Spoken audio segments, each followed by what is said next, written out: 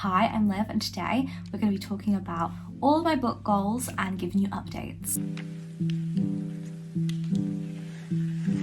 I made a lot of goals pretty much at the beginning of January this year and the end of last year in December of goals that I'd like to do this year or achieve or reach, books that I'd like to read. I think I did 25 books I'd like to read in 2025, and we're gonna have a look at how many of the books I've actually read, how many I've DNF'd. First one actually just kind of go with like the goals that I came up with at the start of the year. So I initially said that my reading goal for the year was going to be 50 books because my goal for 2024 was 100, and when it came to the last month I was rushing through really crap books basically. I was trying to read as many small books as possible. I have since then changed my goal because I was getting quite close to the goal already, and it's only April right now that I'm filming this video. I've basically moved my goal to 70. So we're not at 100 for our goal because I just don't want to put too much pressure on myself. I want to enjoy reading. Goal of still reading quality over quantity is definitely in full swing right now. I'm 100% still going with that goal because it's just not worth it. See, is it worth really just saying that you've read like 20 books in 1 month but then putting yourself in a reading slump and not liking reading? Or is it worth really reading stuff that you think you're gonna like and read like maybe 5 and still enjoy reading? Like, so what, you've not reached a certain goal, like you're still enjoying your reading. So far this year I have read 26 books, currently ahead by 5 books, so that's really good. 37% of my challenge is done, which I'm very happy about, and I've not really been rushing through any books this year. I've just been enjoying things and I'm very, very happy about that. It says on average it has taken me 3 days to finish books, and I've read a grand total of, this always shocks me, 10,536 pages. I've read 19% fast-paced books and 81% medium. Page numbers, I've read 88% between 300 and 499 pages, 8% under 300 pages, and 4% over 500 pages. And everything I've read has been fiction. Nothing has been non-fiction because I'm not really a big fan of non-fiction books. 31% digital books and 69% physical books, or print books as it says here. And overall, I have done a range of ratings. Like, I have made so many different ratings, and because I'm using StoryGraph, I can do in 0.25 it goes up in, so I can have like a proper accurate average rating on this app. So my average rating as of right now, I'm really happy with. It's a 4.03. That's really high, that's really positive. A couple 2 stars, a couple in the 3-star section, quite a lot though in the 4.5. That is my biggest section. I feel like I should go on to like talk about my 5-star reads. I've had 4 5-star reads this year, and I've honestly, every single one of them, looking at them now, I adored these books so much. I 5-starred Foxglove by Adeline Grace. This book took me by surprise. I've been putting off this book for a little while, to be honest. I was so excited to read it when I first bought it because I bought it pretty much straight after I finished Belladonna, and I was really nervous for it, and I read it for a video, and I was in awe at Adeline Grace's writing. Her writing is so good, and I 5-starred it. It was brilliant, and I would highly recommend the Belladonna series. It's very underrated. I'm waiting for the next book. It is already out, but I am waiting for the paperback because I don't want to buy the hardback edition. I just don't want to. Next, I gave a 5-star to Wild Side, which is by Elsie Silver. This is in the Rose Hill series.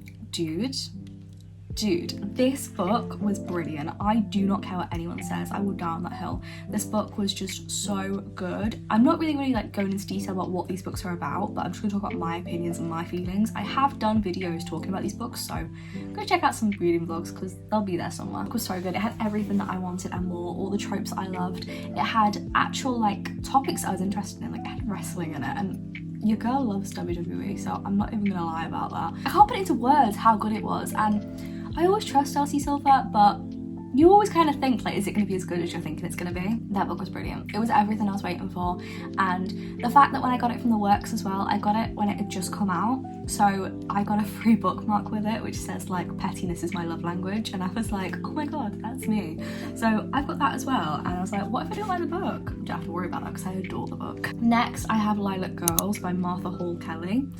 Martha Hall Kelly, your writing is phenomenal. I am such a sucker for a historical fiction. I've not read one in a while, to be honest, but this one got me. This one got me on so many levels. I've never cried so much at a book that's a historical fiction apart from The Nightingale by Kristen Hanna. There's no words for this book. It's actually flawless, it's brilliant, and it's so raw that I was crying so hard at this book. I enjoyed it so much. I don't even know if enjoy is the right word. Like, it hit me really hard, and it did what it was meant to do. And I really appreciate the amount of effort and research that Martha went into for this book. The next book I put on my 5-star list is The Crimson Moth, which the second book has come out recently, but I don't have the heart to spend £11 on a Kindle book right now, so I will wait for sales. But I adored this book so much.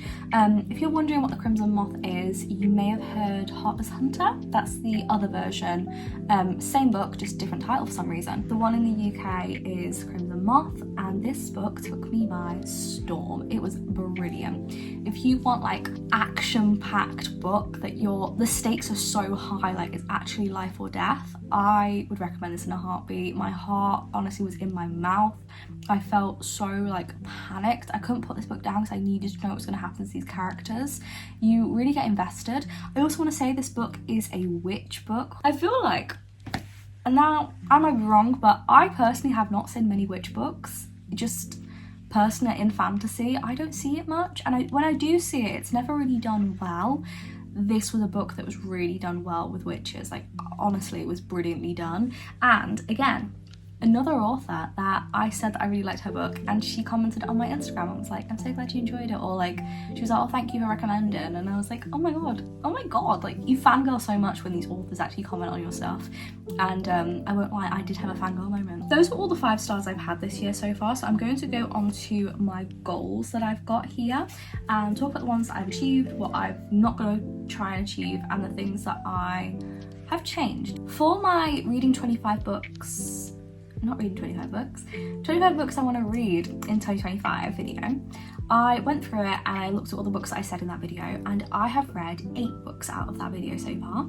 So the books that I have read are Lilac Girls, Belladonna, Onyx Storm, Assistant to the Villain, The Defence, Wildside, In Memoriam, and Leather and Lock. And I have DNF'd 3. Now, I didn't write the DNF'd, so I'm not really sure what those books were. If I go on, I have DNF'd. I actually don't know if I recall. Are there any books that I DNF'd? I know that I DNF'd Circle, which was... who was that by? Oh, not Circle, Circa, the one who wrote, it's the same person who wrote, and I think it's Adeline Miller, but I don't know, something about the book, I couldn't get into it, and I really tried, and I just kept getting lost every 5 minutes, so I ended up DNFing that, and I'm very, very sad about that because I was really excited for it, but honestly, I'm just so lost that there's no hope for me with that book, honestly. But I'm looking through, trying to see if I've written down the books I ended up giving up. Do I skim through the video real quick and try and figure out what these books were? Because this is going to annoy me so bad. I don't know what I was on about. I haven't DNF'd more than 2 books, but I've written down 3. So the 2 books I did DNF are Circa by Madeline Miller. Madeline Miller. I might be completely wrong, but I can't remember. But definitely that one, I just couldn't get into it. And also another one that's going to shock some people because I know that he is a really beloved author, and it's a Frederick Backman book, and it's Anxious People. I don't know if it was me, I don't know if it was the book, I don't know if it was the wrong time to read it, but something about that book I just couldn't get into, and I just tried to read it on the train and get really like try and understand the storyline, but I felt like it was too abstract of a book. It was written too abstract for me to really understand what's going on in the plot. In total, I have tried 11 new authors, which is actually so good. One of my goals for the new year was to actually read more authors, and authors I've just never heard of before. Now on to the goals that have changed, or goals that, like, have I met the goals or anything. So my goal was to read 5 fiction books. Now these books were meant to include no romance. Now I have read a vast range of books this month. Like, I have read a lot of books that are very different. I mean, if we just look at my book goal chart, the amount of different colours on this chart, each colour is a different genre of book. I've also said read 10 audiobooks. Now I don't know if I meant try and read some more audiobooks on Spotify, like read 10 books and use Spotify with them. I don't know if I meant that, or if I meant use Spotify solely to read like 10 books. but I haven't done that. I have used it from time to time to help me get through certain books. So for instance, I read Funny Story not long ago and I was struggling a bit with it. I did a video vlog on it actually. An entire reading vlog on it. Words are really difficult. I did a reading vlog on that book and I did find myself struggling, and I picked up the audiobook for a bit from Spotify. There are loads of audiobooks on Spotify and I really do enjoy it, so I would, you know, highly recommend audiobooks. I don't think I've read 10 books solely on audiobook, so I haven't done that one. I said read more from these specific authors, so I've said Taylor Jenkins Reid, Sarah J Maas, Kristen Hanna and Alice Feeney. Now the only author that I've actually read anything from them by this year is Alice Feeney, and I read Rock Paper Scissors, so I did one of them, but the rest of them I haven't. The last one I had on here was more challenge videos, which I have completed because I have done some challenge videos this year, all based around reading, so I'm happy about that. Now I do have 2 new goals. So the first new goal is to read 100 pages a day. I did this in a challenge and honestly it felt so good getting through 100 pages a day. Like, it felt like you've accomplished something, it ticks off a box on your book Marie, and it just feels like it feels good to get through that a day, like just helps you progress a bit. It's also really good for you to read every day. Honestly, it just stimulates your mind a bit. Second goal is to at least try and read Throne of Glass. I want to read the first book at least this year and really give it a go. I think I'm going to end up enjoying it anyway because everyone loves that series, but I'm just nervous. Like, I feel like because I enjoyed ACOTAR so much, it's like, can anything really reach that level of enjoyment for me?